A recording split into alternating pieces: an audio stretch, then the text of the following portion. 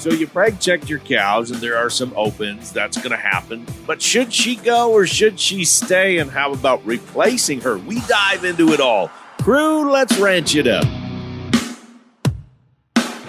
Good day, everyone, and thanks for riding with us on this all-new episode of the Ranch It Up Radio Show. I'm Jeff Tigger Earhart. A big thank you goes out to our partners, ranchchannel.com. Check it out. We've got new sale listings and new sale reports. Go to ranchchannel.com. Got the markets on there all day long as well. The Happy Toy Maker, Jorgensen Land and Cattle, Clear Springs Cattle Company, and the Mature Cow and Red Heifer Dispersal Sale. Catalog and sale information at ranchchannel.com, by the way. Transova Genetics, Axiota Animal Health, bringing us Multi-Min and Lactapro, Stockman's Livestock Exchange, the American Gelbvieh Association, Imogene Ingredients, bringing us Farmatan, Westway Feed Products, Medora Boot and Western Wear, Allied Genetic Resources and Allied Feeding Partners, LivestockMarket.com, EquineMarket.com, AuctionTime.com, the Tri-State Livestock News, RFD TV, Wrangler, and this fine radio station. Cow Country News, you know, the cow stuff.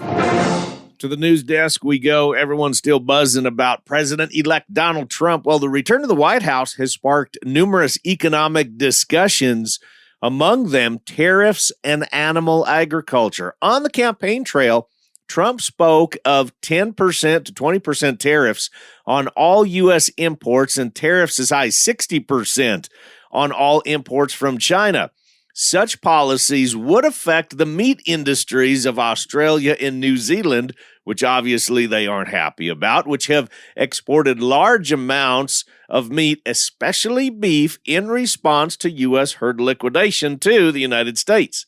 In a recent interview with local media, Nathan Guy, the independent chair of the Meat Industry Association of New Zealand, said the industry is, quote, just going to have to breathe through it over the next couple months and see what happens, end quote. Now, he added, though, that fresh tariffs on New Zealand beef will hurt the U.S. consumer even harder because they're going to have to pay more for the beef that we produce.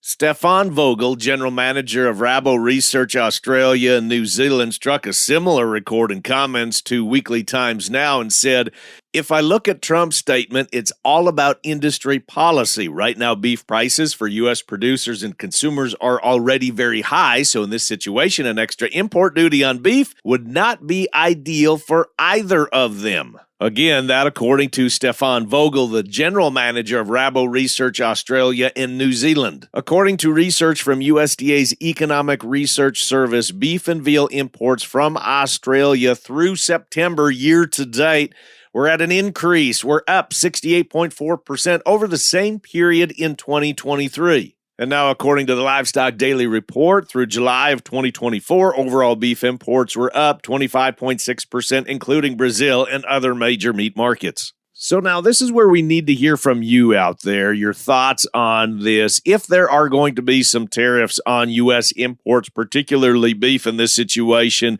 do you feel that there will be an increase at the counter for the consumer? Share with me your thoughts on this one. There's a lot to it. Send us an email, ranchitupshow@gmail.com. You can text me, 707-RANCH-20, or you can leave us a voicemail at 707-RANCH-20. That's 707-726-2420. Crew, it's time for a quick break. When we come back, should she go or should she stay? We're talking Cull cow management. Keep it locked right here. The Ranch It Up Radio Show will be back after this. It's Travis Wulf calling with Clear Springs Cattle Company. The catalog for our cow sale coming up November 30th is finished and online. It'll be hitting the mail shortly. So if you're on our mailing list, you can expect to get a hard copy in the mail. If you'd like to receive a hard copy, you can visit breadforbalance.com and request one. You can find the catalog there, or we'll be live on DV auctions on November 30th. It's a mature cow herd and red dispersal. About 110 females will sell, and we hope you can join us. Thanks. We run a lot of high milk-producing mama cows in our herd. Mitch Kenobi of Norfolk dealt with scours in his herd. So bad that we sent samples off to South Dakota State and Kansas State. Heard about Farmatan. As a producer, I know it's our job to limit our inputs, but when it comes to Farmatan, Dad and I don't blink an eye. It is a must for every calving season. Adding Farmatan to your livestock's nutrition this fall will rid your new herd of scours in the spring. Go to FarmatanUSA.com. Call Joe Knopp at 340-3323. RanchChannel.com. Bull sales, Western events, product information, and more right at your fingertips on the ultimate cowboy-friendly platform. Want to follow up-to-date markets? Head to RanchChannel.com. No need to dig for information on all these different websites. It's all right there on RanchChannel.com. Have you considered IVF, in vitro fertilization, in your cow herd? You need to look at your herd's full potential, and Transova Genetics is there to help you along the way. From now until September 30th, use your pregnant donor and IVF technology and receive a $100 discount. Call Transova Genetics today. Unlock your herd's potential. Cattle Battle. Welcome back to the Ranch It Up Radio Show. It's the most information packed into a 30-minute program that you can find, and it's your all things ranching newscast. So glad to be hanging out with you all today. Questions, comments, concerns, criticisms, rants, it doesn't matter. You can call or you can text 707-RANCH-20. That's 707-726-2420. Our email is ranchitupshow@gmail.com. Prowling around social media at Ranch It Up Show. A few weeks back, we visited with Dr. Bob Weaber, professor of animal science at Kansas State University and department head for Eastern Kansas Research and Extension Centers, about preg checking the cow herd, various testing processes, etc. Which, by the way, if you missed that episode, you can go back and you can listen to it in its entirety at www.ranchitupshow.com. Now, today, we pick up that conversation with Dr. Bob about the other side of preg checking, and that is cull cow management, answering those questions of should she go or should she stay, the costs involved, and the potential income from those weigh-ups. And I know I've talked with your buddy Spangler, Matt Spangler, just north of you there across the border in Nebraska about cull cow management. And I know that that you and him have talked a lot, and I've said between the two of you, if you guys don't know it about commercial cows, then it's not worth knowing. I mean, the two of you collectively having this information is available is tremendous. So when it comes to cull cow management, and we're at that time, is she open, is she bred, are we putting a little mark over her back or something so we know and we can make that sort here in a few weeks if we're shipping calves, whatever that case may be. There is also tremendous value in the disposable income of those cull cows. So so many of us, we just kick them back out. And so where do you kind of start to draw the line of how we're managing those cull cows? Are we going to put them on feed? Are we going to try to capture a little bit more market price? Is it fish or cut bait? And if those cows are open and we've got a trailer full, let's just get them to town. Let's get them out of here. Because I think a lot of us, when it comes to replacing those bulls and weighing those bulls and those cows up, we don't think about that in our marketing plan, but that's part of our income potential there as well. Yeah, no, I agree 100%. And this year's maybe a little more complicated decision making, both from in some places, forage and feed availability to carry some extra cows for a period of time, even if you are going to market those in a fairly timely way, just kind of conserving pasture resource. But that's before our call here this morning, the Wednesday sale report from over at Salina, and we've got a couple of open cows here we're going to try and get marketed, and I was kind of wondering what they were going to potentially bring and shoot. These kind of high yielding cows are in the $1.25 range, maybe a little north of that. And some of the thinner cows that you could take back and put on feed, up in the 140s. So there's some opportunity there because you'd have to struggle. You have to get pretty aggressive to get cost of gains, way out of whack for cull cows that are worth 120 to 140. So I think there's some real opportunity to manage that part of your income stream. And certainly, producers, we focus on, traditional cow calf guy on calf sales and getting that all sorted out, but for a lot of operations, somewhere between 30 and 40% of gross income for the operation comes from the marketing of cull cows. And so it's a space where, you can really add to the profit potential, or maybe that is the profit in your operation. And so, investment in time and resource to make sure that's a good marketing decision and feeding decision can be really advantageous to your operation. So, yeah, I'm with you. It's oftentimes we tack on, a few cows on the end of a load or, whatever, when we've weaned calves and off they go. In some cases, that's the right decision, right? If you're really tight on feed and you're kind of backed up in a corner, you mimight not have any other choice. But if you do have some feed resources, it doesn't take too much groceries to put a couple pounds on a dry cow. Even on mostly a forage-based diet, protein supplementation, you can kind of crank those girls up. If you've got confinement space and you can put them on, some corn silage and a little more energy, the compensatory gain on those gals for the first 30 days it blows your mind, right? So, and makes cost of gain really, really affordable. So, and you could push, depending on what your income status is, calf prices this year are pretty high. So I anticipate, even with some accelerated cow costs over the last year, there's going to be some guys make a pretty good clip. And if you need to manage some income tax position, deferring those marketings into the first quarter of 2025 may have some potential for you just to manage your liability and exposure there. But if you're going to do that, you might as well figure out how to add value to those cows in that period of time. Don't let them just stand there and not gain any weight, right? Your money's costing you time. So, or your time's costing you money. And so, really thinking through that, I think is important. So. But therein lies the rub, though, because when we're talking about these commercial females that guys have got the price tag of $3,000 on up, depending upon where you're at, of course. So if we've got to sell those cows, we got to replace them. That's where this gets kind of convoluted, and this gets a little bit tricky of where we are at in this cattle cycle, because we're trying to replace the cow herd that's out there. Feeder cattle are still strong.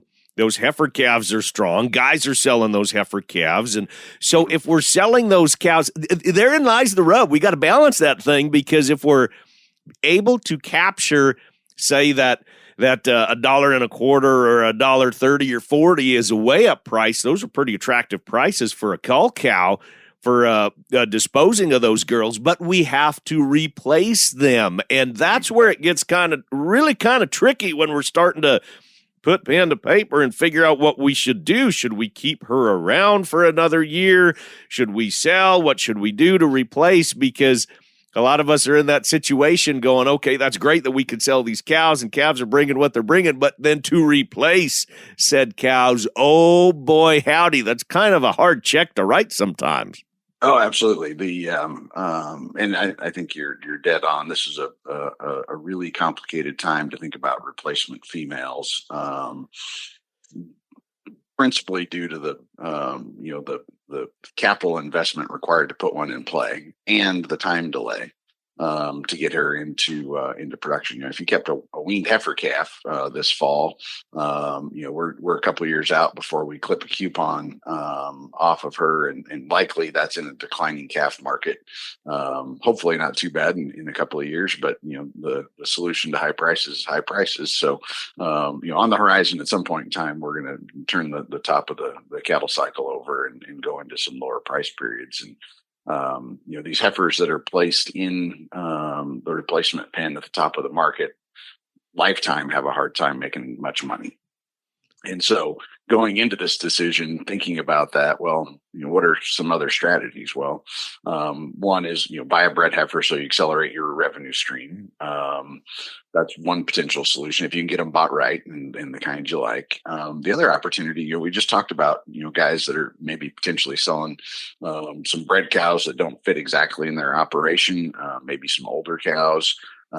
There's probably some opportunities to make really smart buys in the marketplace for some additional bred cows that you get to wean a calf next year, right? And maybe have a lower capital investment that's more in line with your traditional replacement heifer costs, so you don't have that huge capital outlay and delay in revenue. So really encourage folks to think through that. The other bits, if you're in kind of dry conditions, calf prices have been pretty high. If you have an opportunity to kind of status quo the thing, or maybe even decrease inventory just a little bit, it may be a good time to just let it ride for a little bit, if you can stand that change in net revenue. So.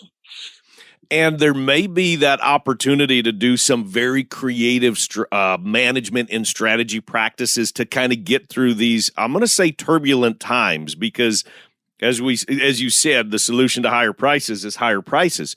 So it may be the opportunity, say, you and I are maybe selling our older cows, and it does maybe free up some grass going, or it looks like it's going to free up some grass maybe going into 2025. We maybe aren't in a position to replace with bred heifers or keep those heifer calves.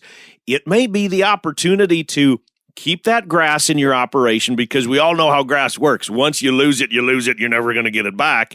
But maybe you can do some custom grazing. There may be some other opportunities to keep that ground in circulation and to be ready when financially it works for you to replace said inventory of those cows and calves, but still keeping the machine going. So, that's too where I encourage guys of look outside the box of maybe traditionally what you would have thought of, that we have to have that factory.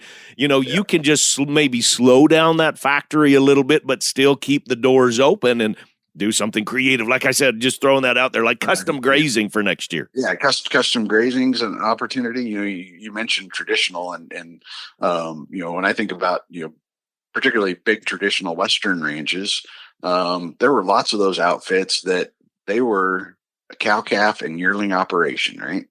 And they used the yearling cattle as the flux for forage inventory. And so if they were super dry, we sold off yearlings, and we didn't buy back stocker cattle or retain our own stocker cattle, and condense the grazing units back to the core cow herd. And then when we had forage available, you'd keep part of the calves and run as yearlings. The stocker market is one that I haven't seen a recent cattle facts report, but historically, they talk a lot about the stocker business is profitable 9 out of 10 years. So it's fairly low risk and an opportunity for you to either, in some cases, defer income, or step out and make a smart purchase. Buy some calves in the spring, graze them through the spring and early summer, move them in the high prices of April, May.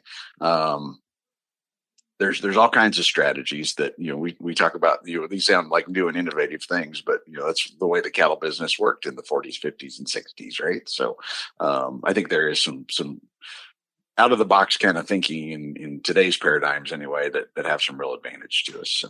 Dr. Bob Weaber with K-State, thanks so much again. Crew, it's break time. Important messages, and we'll be back with the markets, livestock sales, and lots more right here on the Ranch It Up Radio Show. Keep it locked, y'all. Howdy, folks. Do you have that young cow kid in your life and looking for the perfect gift this holiday season? The Happy Toy Maker manufactures toys that last for generations. Order now in time for Christmas at thehappytoymaker.com. Attention cattle producers. Boost your herd's trace mineral status with Axiota Animal Health's Multi-Min 9D. This injectable solution delivers essential trace minerals known to support cattle health and reproduction. Don't settle for less when it comes to your herd health. Trust Axiota Animal Health to keep your cattle in prime condition. Visit your local supplier or veterinarian to learn more about Multi-Min 90. Multi-Min 90, because healthy cattle mean a healthy bottom line.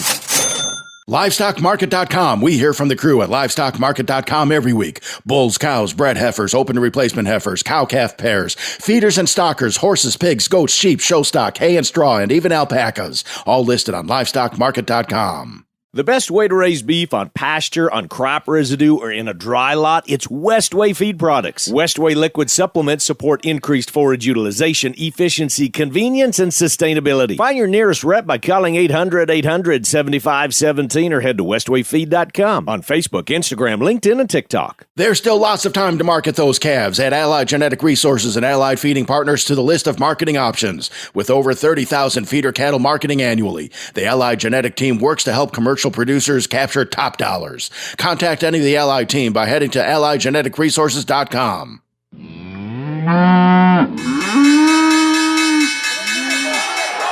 Welcome back, everyone, to the Ranch It Up Radio Show. That time in the program, we check in with Kirk Donsbach, StoneX Financial Incorporated, recapping the markets from last week. So, Kirk, what's going on? Numbers, what do you got for us? Good morning, Tigger, and all your listeners out there.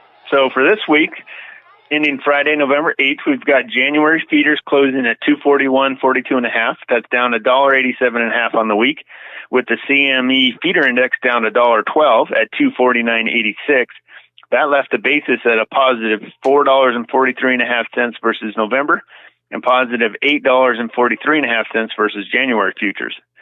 December live cattle closed the week at $183.70. That's down $2.30 on the week, with cash trading $187 in the south on very light volume and $185 to $188 in the north. That left the 5-area weighted average down $2.57 at $187.25, and the basis versus December futures at a positive $3.55. The weekly slaughter came in at 619,000 head. That's up 4,000 head over last week and 8,000 head below the same week last year. Choice boxes closed the week down $8.41 at $307.93. That's obviously the concerning spot right now in the cattle market. December corn closed the week at $431.25. That's up 16.5 cents on the week. Technically, corn has broken up through the downtrend line, but pushing through the overhead resistance to significantly higher prices may prove very difficult. Hey all, Mark Van Zee with LivestockMarket.com. Coming up this Wednesday, November 20th, we have an all-class cattle and hay online auction. Bidding opens at $1 a pound, no reserves, all lots will sell. Featured lots include 7 Simmental steers, 270 pounds, long-time weed, 6 months old. They're from the University of Nebraska College Rodeo Program in Lincoln, Nebraska. Featured hay lots include 23 tons of large square teff, 3x4x8, 1350 pounds, 18% moisture, sweated 120 degrees from Keller Farms in Sand Creek, Michigan. 21 tons of large square alfalfa orchard mix, 3x3x8, third cutting, 65% alfalfa, 17% moisture, preservative, 775 pounds, lot of leaf and shedded from Wagner Forages in Kankakee, Illinois. 21 tons of large square alfalfa orchard mix, 3x3x8, second cutting, 750 pounds, 16% moisture, preservative from Wagner Forages. 44 large round grass bales selling on 2 lots of 22, net wrap 4x4, 580 pounds, baled dry. It's 2022 hay from Allenberger Auctions in Malta, Illinois. 32 large round grass bales selling on 2 lots of 16, second cutting 4x4, 590 pounds, net wrap from Allenberger Auctions. 28 large round teff bales selling on 2 lots of 14, second cutting 4x4, 590 pounds, baled dry, stored outside from Allenberger Auctions. 18 large round alfalfa bales, 4x4, 590 pounds, net wrap, second cutting, good leaf, Allenberger Auctions. 15 large round teff bales, 4x4, net wrap, second cutting, Allenberger Auctions. 6 large round alfalfa bales, 4x5, polytwine, fourth cutting, 1,700 pounds from Welton Auctions in Malmo, Nebraska. 80 small square alfalfa bales, selling on 4 lots of 20, fourth cutting, irrigated, nice hay, Cobes Auctions in David City, Nebraska. 60 small square brome bales, selling on 3 lots of 20, wire tie, 70 pounds put up dry from Cobes Auctions in David City, and 40 small square wire tie, third cutting, baled dry and shredded from Velocity Auctions in Lincoln, Nebraska. Bidding's currently live, but all lots will sell at 10 a.m. on Wednesday, November 20th. Got cattle to sell? Regular online cattle auctions, first and third Wednesday of every month, with hay sales every Wednesday on LivestockMarket.com and AuctionTime.com. Do you have questions about the beef checkoff? As a beef producer, you should have questions about where your dollars go. Hey, I'm Shaye Wanner, and I visited with CBB members Andy Bishop and Jason Schmidt about common producer concerns about the beef checkoff. Here's a snapshot of our conversation. You don't go out and buy a bull without doing research on what the bull's bringing to the table that can help your operation. You're paying into the checkoff. I'd encourage you to do your research. Know what the checkoff's doing with your dollar. Go to beefboard.org. Look up those programs. Sign up for the drive.